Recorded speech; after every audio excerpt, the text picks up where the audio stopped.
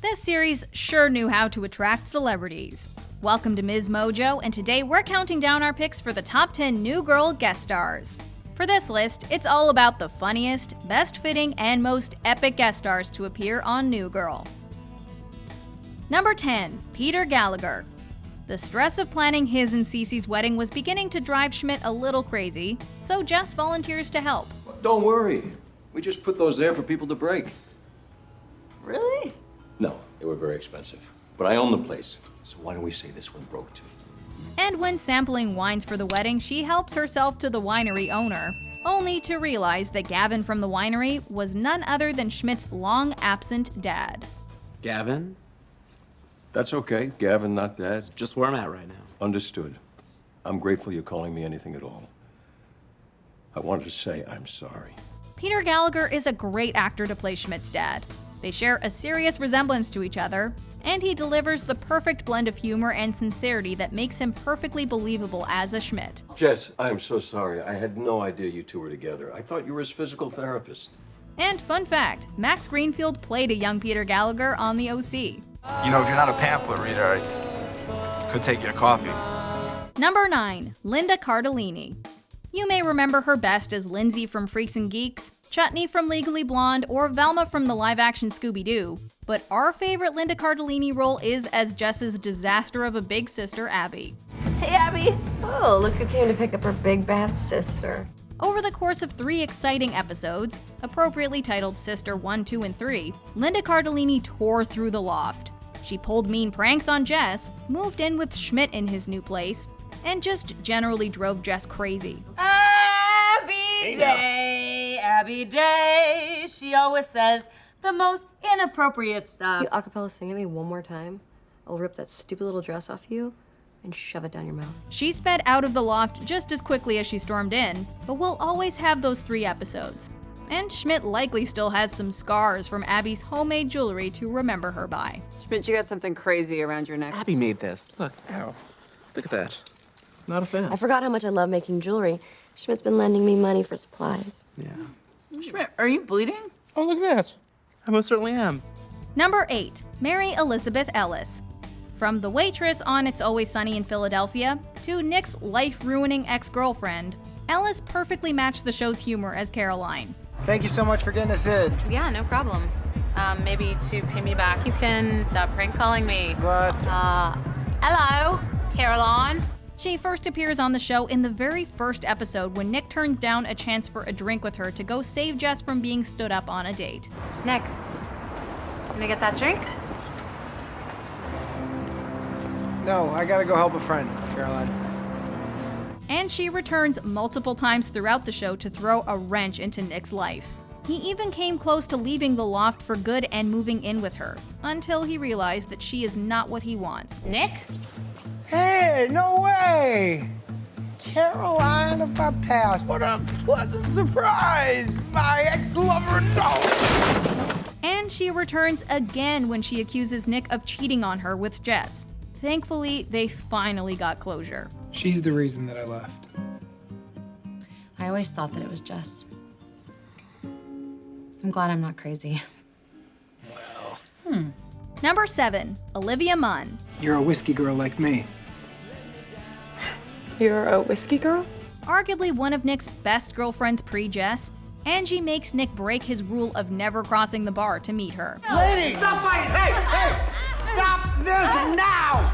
Don't stop this! I'm super aroused! I think I just became a dirtbag! Why did I cross the bar? But it turns out she's way out of his league.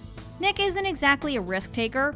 Actually, he's a bit of a prude. So Angie's wild and unpredictable personality is a hilarious counter for him, as is Olivia Munn's dry humor to Jake Johnson's somewhat animated humor. Look what a badass cookie I made. That's the kind of cookie Nick Miller makes. Look at my cookie. What?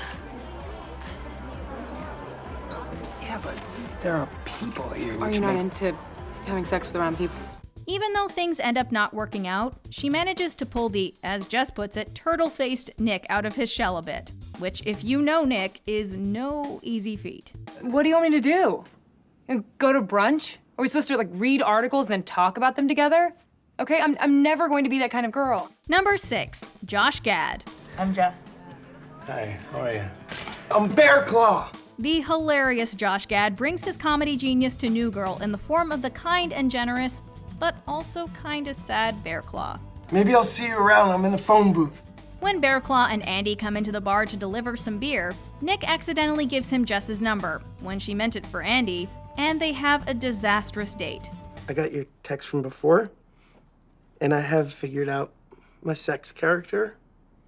And it's Sergeant Giddy Up Crothers. Gad manages to play the exaggerated character well while still keeping him grounded and believable. But despite the heartbreak, he still wishes Jess a happy birthday later in the series, and even returns as Jess's embarrassing, non-sexual one-night stand. Owls and squirrels and deer. Raccoon and caribou! otters. Get out of here! You're not welcome! Number 5. Jamie Lee Curtis. Hey, Mom. Hi, baby. I'm sorry to interrupt. I know the morning is the most sensual time of day, but I need you. It's your sister. Perhaps the only living person on this earth more perky than Jess Day is Joan Day.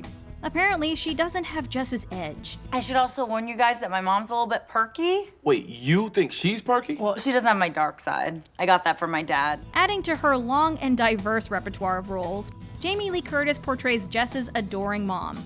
To perfection, we might add. Hello, everyone. This is my mom, Hi. Joan. This is everybody. Hi. Oh, come on over. I just want to give you all a big hug. Oh, come on. Big Thanksgiving hug. Come on. We'll do a big hug ball. We first meet her during the gang's second Thanksgiving together, when Jess double books both of her divorced parents in an attempt to parent trap them into getting back together. Every time I try to tell you, the words just come out wrong. Nick. Curtis and Jess's dad, portrayed by Rob Reiner, playing opposite each other, make for one hilariously mismatched dynamic duo. She's really got to stop doing this. She's so stubborn. Wonder where she got that. Number 4. Justin Long. What you gobbling about? Turkeys? After breaking up with her longtime boyfriend Spencer, Jess thought that she would never find love again. That is, until she meets Paul. If you thought Jess was a handful, just wait until you see Jess and Paul together. My belly's wanting something to pie me down a pumpkin in every gobble gobble way. I didn't know you were going back to back. Happy Thanksgiving. Oh my God, there's 2 of them. He is just as goofy as her, and the gang loves him. Even after he and Jess break up, he returns several times when Jess helps him propose to his girlfriend and when they walk of shame together. It's not my house, okay? This is not a daddy diaper bag. This is a bag of sadness. Because I am a party clown. I'm actually a musical party clown, okay? So no one's had a more shameful walk this morning than me. Oh, and the gang affectionately refers to him as Genslinger. What's not to love? Genslinger! Hey. Number 3. Megan Fox. My company is putting me at the Red Brick Lodge and Seafood Hut. My key is a fish. We have a room. With Jess away on jury duty, the gang rents her room out to Reagan. Megan Fox offers a brand new dynamic to the gang as her personality is basically the exact opposite of Jess. Hello, I'm Schmidt. You were a large child. That's incredible. Yes, I was obese. And Megan Fox's deadpan performance conveys this perfectly. Ironically, Reagan might have been the perfect match for Nick earlier on in the series, but as he grows as a person throughout the show, he actually wants to talk about his feelings and be more open. I want to say something to you before we say goodbye. Ew. Sayonara, Sammy. This is where he and Reagan ended up falling apart. But she is a great part-time addition to the gang during her time in the loft. God, it's not gonna be weird. Number 2. Dermot Mulroney. Oh, the mechanic called your car's done. He also wanted me to communicate to you that you need to change your oil. Classy, rich, and fancy. Dermot Mulroney plays Jess's older boyfriend, affectionately referred to as the fancy man. Though he is basically the opposite of the loft guys, Mulroney makes the character relatable to them. But I've forgotten really how to do this, you know. I haven't dated since 1989, when I took her to the picture show in my buggy. He has a huge impact on Jess and Nick's relationship. Everything Jess doesn't have with Russell is exactly what she has with Nick. Hi, so this is why you dumped me, huh? Oh, well. Just kidding. I'm glad to see this is finally happening. Nothing's happening. He continues to play a big role in their lives as he shows up on their first date and when he offers Jess a new job. Come to work for me. I was being serious earlier. I've spent a year looking for the right person, and I think you'd be perfect. I know you're planning a trip, so hear me out. He even tries to ruin their wedding, but to no avail. His best efforts to show Jess she didn't belong with Nick ultimately only further proves that they were meant to be. Don't marry Nick. Be with me. Jess, I love you. Oh, boy. Honestly, I think New Girl's guest stars were my favorite part, and I love the main cast. Before we unveil our top pick, here are a few honorable mentions. Taylor Swift. Oh, Shivy, I've loved you since the first grade. And I'm so lonely without you. I just lay awake at night and I just write about you in my journal and I paint pictures of you on my easel. Lizzy Caplan. This is really nice, guys. Thank you for letting me join in. It's totally relaxing. Except that I don't know why, if I put the fox through the cave, the yarn is broken. I don't know why this is not turning into... Jessica Biel. Ted is the only eligible guy here, and we are his two best options for procreation. Oh. I'm not trying to intimidate you. I just want you to know who you're dealing with if we're both going to compete for this man tonight. Natasha Lyonne. So you wore the pantsuit again? This is a new one. It's got way more stretch. And the pants. It's horrible. You ready for tonight? I'm gonna tie you down and show you pictures of my river rafting trip. Taye Diggs. Say Brazil again. Brazil. Say rubber baby buggy bumpers. Rubber baby buggy bumpers. Oh my God! Before we continue, be sure to subscribe to our channel and ring the bell to get notified about our latest videos. You have the option to be notified for occasional videos or all of them. If you're on your phone, make sure you go into your settings and switch on notifications. Number 1. Prince. That's right, music legend, the late great Prince. Hi. I'm Prince. So what seems to be the problem? Unlike all of the other guest stars on this list, Prince plays himself in the episode appropriately titled Prince.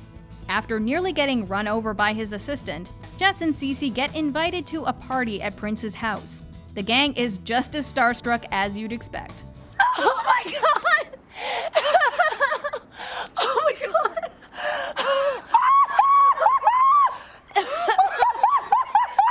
Jess gets a special makeover by him, he helps Nick and Jess with some relationship issues, and he even invites them on stage to sing with him. I really care for him, and I'm just worried I'm gonna lose him. That's stupid. You're stupid.